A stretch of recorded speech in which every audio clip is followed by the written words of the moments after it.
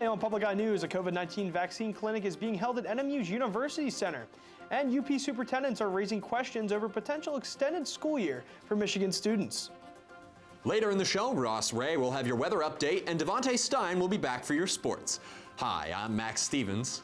And I'm Scott Minshaw. Welcome to Public Eye News.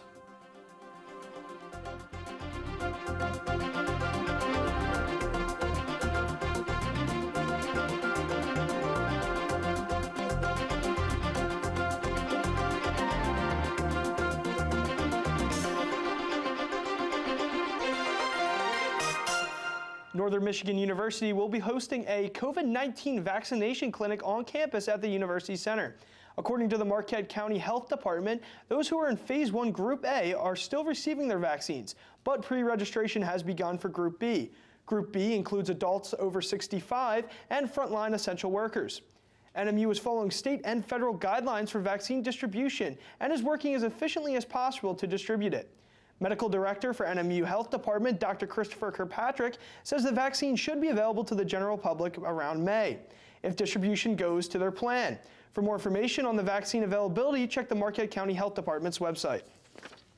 Some frightening news for students in Michigan as the state superintendent put together a proposal that would extend the school year by a month as soon as next year. The proposal is being met with concern from superintendents in the UP as they question the need for additional days and their ability to house students for the extra days. Dr. Michael Rice, State Superintendent to Education and Career Readiness Committee, said the extra days are to make up for the loss of learning during the coronavirus pandemic. Some of the concerns from local superintendents include the lack of additional funding for the extra time and the potential warm weather that summer months bring, as most school buildings in the area do not have air conditioning. The proposal is awaiting a decision from the Michigan House and Senate Educational Committees.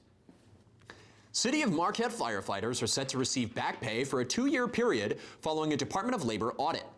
The audit was done in compliance with the Fair Labor Standards Act and concluded that firefighters were owed upwards of $11,000 in FLSA overtime for a 2-year period spanning from October of 2018 to October 2020. City Commissioner Evan Bonzel said that the city just wants to apologize to the firefighters who were not adequately compensated and believes that this back pay to be a common sense action to show appreciation for the work the firefighters do for the community. Payments are due to the firemen by early March. The Youth Conservation Corps program is welcoming applications from youth between the ages of 15 to 18 for a summer program at Pictured Rocks National Lakeshore. YCC is a nationwide program for young people, providing opportunities to contribute to the conservation of our national parks, forests, and wildlife refuges through our work and environmental education program. Youth employed through the program will work with National Park Service professionals on conservation projects throughout the park, including cleanup and maintenance projects. Applications for the program are due by Monday, April 19th, and can be sent to the Pictured Rocks National Lakeshore P.O. Box or sent to Steve Howard with the National Park Service at steve_howard@nps.gov. The Gladstone Ski Hill in Delta County is officially up and running on weekends. Tubing at the hill has been open since the beginning of the year for use, and 3 weeks ago the ski hill opened up. Over the past few years, there have been multiple instances of baby showers gone wrong. Just 6 months ago in California, there was a baby shower gender reveal that caused a wildfire that burned thousands of acres. Over the weekend in Gaines Township, there was a baby shower that ended with the death of a 26-year-old man from Hartland. The party ended in tragedy after the host brought out an antique cannon to celebrate the occasion, but things went horribly wrong when he tried to fire the cannon. The antique exploded and shot metal shrapnel towards the guest, striking the 26-year-old man in the chest. The man was rushed to the hospital but died later that night. Genesee County Prosecutor David Layton said he's unsure of whether or not criminal charges will be filed in the wake of the man's death. Stay tuned because after this break, we will be back with your national and international news. That's a school of hard knocks. On Finding Your Roots, actors Christopher Maloney. The stakes were so high back then. And Tony Shalhoub. Well, it's amazing what these people kept inside. Courage and survival. Gotta fight your way out. Ancestors who faced enormous odds. It's a miracle that we're having this conversation. It's a miracle that I'm here. Plus a DNA match. Turn that page. Yeah, baby, my girl. Tonight at 8 and tomorrow afternoon at 3. And welcome back. After much speculation, a World Health Organization study performed by a team of international scientists has concluded that the COVID pandemic did not originate from a lab leak in the origin city of Wuhan, China. The study has concluded such an event being the origin of the pandemic so unlikely that, according to the leader of the WHO mission, Peter Ben Embarek, this theory of the origin for the virus will not be suggested for further study. When asked why this theory has been concluded so unlikely, Embarek explained that accidental releases are extremely rare and that his team's review of the Wuhan Institute of Virology's lab operations suggest it would have been extremely difficult for anything to escape. Embarek also noted how prior to the outbreak there were no samples of the virus anywhere. His team believes that the virus path began in a bat, then transferred to another animal, and then to humans, but this theory also requires further research. The National Transportation Safety Board announced today the probable cause of the helicopter crash that killed basketball legend Kobe Bryant, his daughter, and 7 others in the hills north of Los Angeles last year. Chris Martinez reports from LA.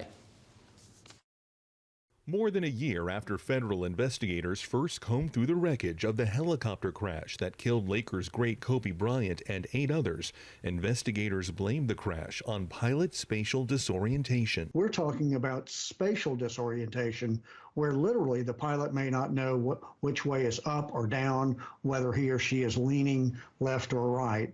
Investigators say Ara Zabayan, an experienced pilot, became disoriented in the clouds. The excessive speed, entering the clouds, the rapid rate of climb, and the left turn were inconsistent with his training. Bryant, his daughter Gianna, and the other passengers were on their way to a youth basketball tournament when the helicopter encountered fog and crashed into the hills in the San Fernando Valley. The NTSB says in the last decade, there have been 184 fatal aircraft accidents related to spatial disorientation, 20 of which were fatal helicopter accidents. Chris Martinez, CBS News, Los Angeles. A hacker in the city of Oldsmar, Florida, a city of 15,000 people, was able to gain access to the system that controlled the water treatment plant. The hacker was briefly able to raise the amount of sodium hydroxide, which in large amounts can cause irritation, burns, and other complications in larger quantities. The hacker's plan was spotted almost immediately after a supervisor saw the chemical rising and was able to reverse the setting. According to local officials, the public was never in any danger.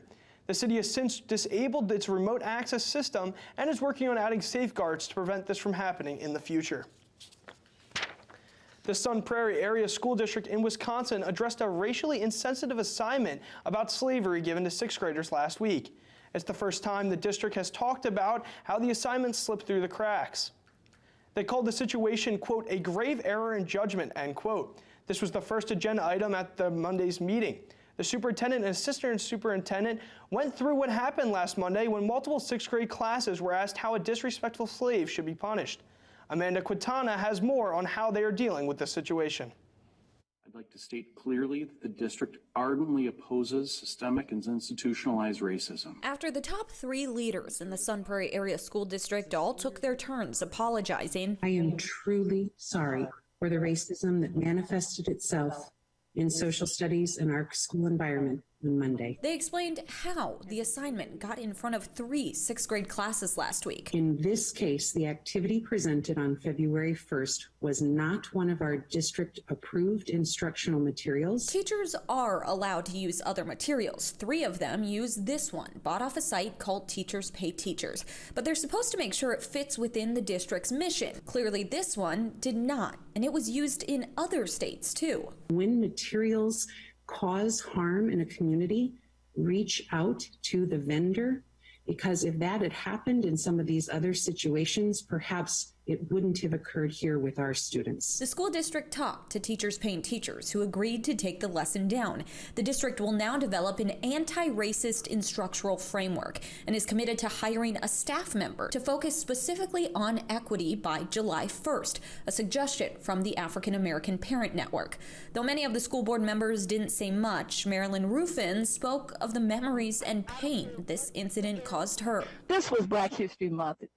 We look forward to having the opportunity to be celebrated, and the timing of this assignment really got to me. And the need to continue this conversation. What I don't want this incident is to lead to teachers saying, well, doggone it, I just won't talk about slavery anymore.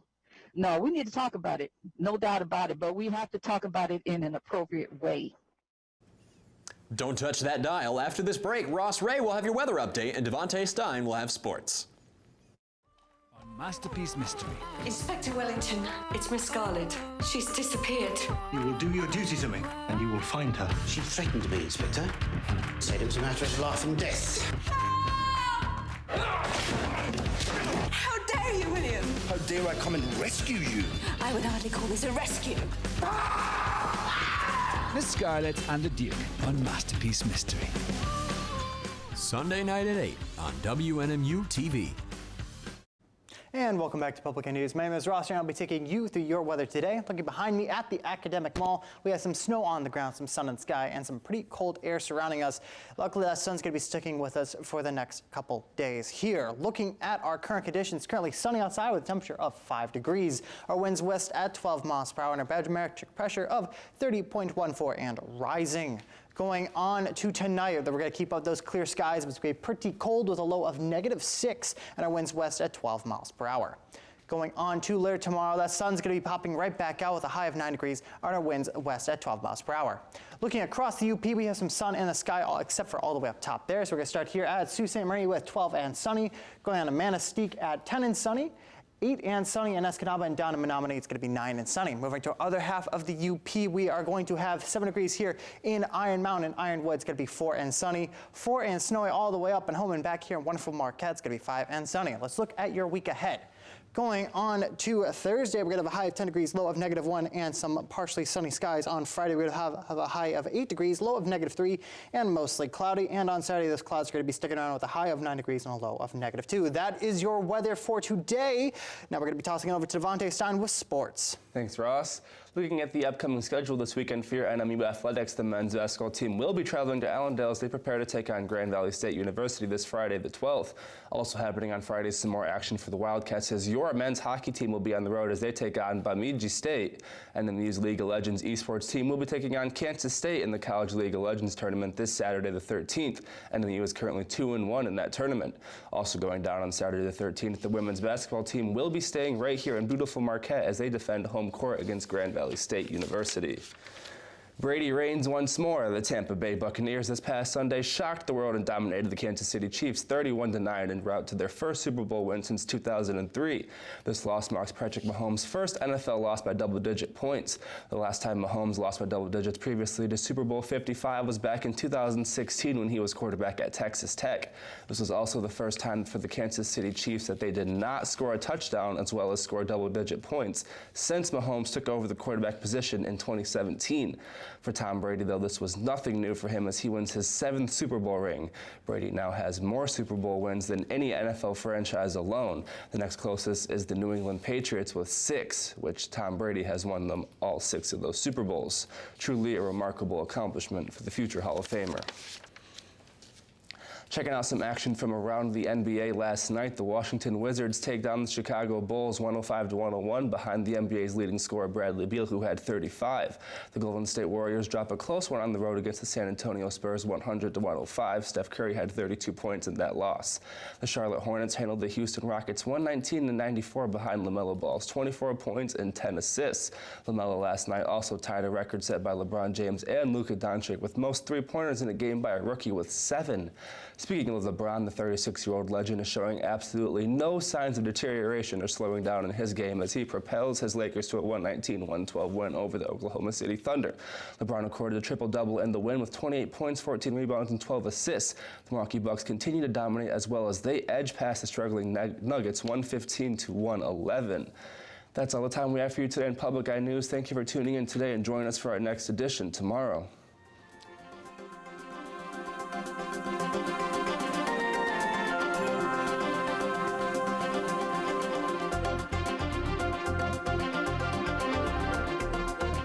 The preceding program was produced by WNMU TV, Northern Michigan University Public Television, in studios located in Elizabeth and Edgar Hardin Hall.